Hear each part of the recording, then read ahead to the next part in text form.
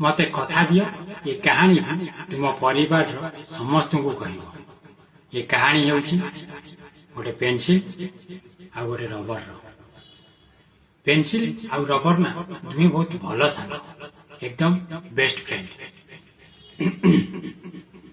गोटे दिन कौन है ना ये पेंसिल ये रबर को सरी कह दिए। तुम्हें मैंने जानी हमर जी अति घनिष्ठ बंधु आ भल सांग होता है ना ता मुहर ये सॉरी थैंक यू सुनिया भारी अजब लगी था, जमा भी भल लगे।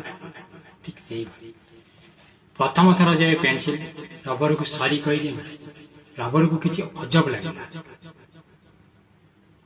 रबर कहला देख भाई तू आ तुहे बहुत भल सांग हेले आम मध्य सॉरी थैंक यू केबेठू आसिला। उत्तर रे पेंसिल कहे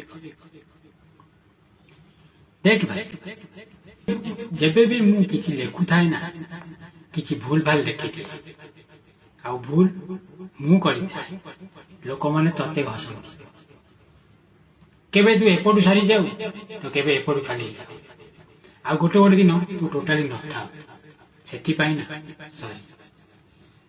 किसी समय पर रबर कहला इट्स ओके यार ठीक है हेले तोर मन रहिबो ना तोर भूल को सुधारला वाला किए थेला बेला हम जीवन रे ना हमें ठीक की पेंसिल भरी आउ हमर बाप माँ ठीक की रबर भरी होई थांती।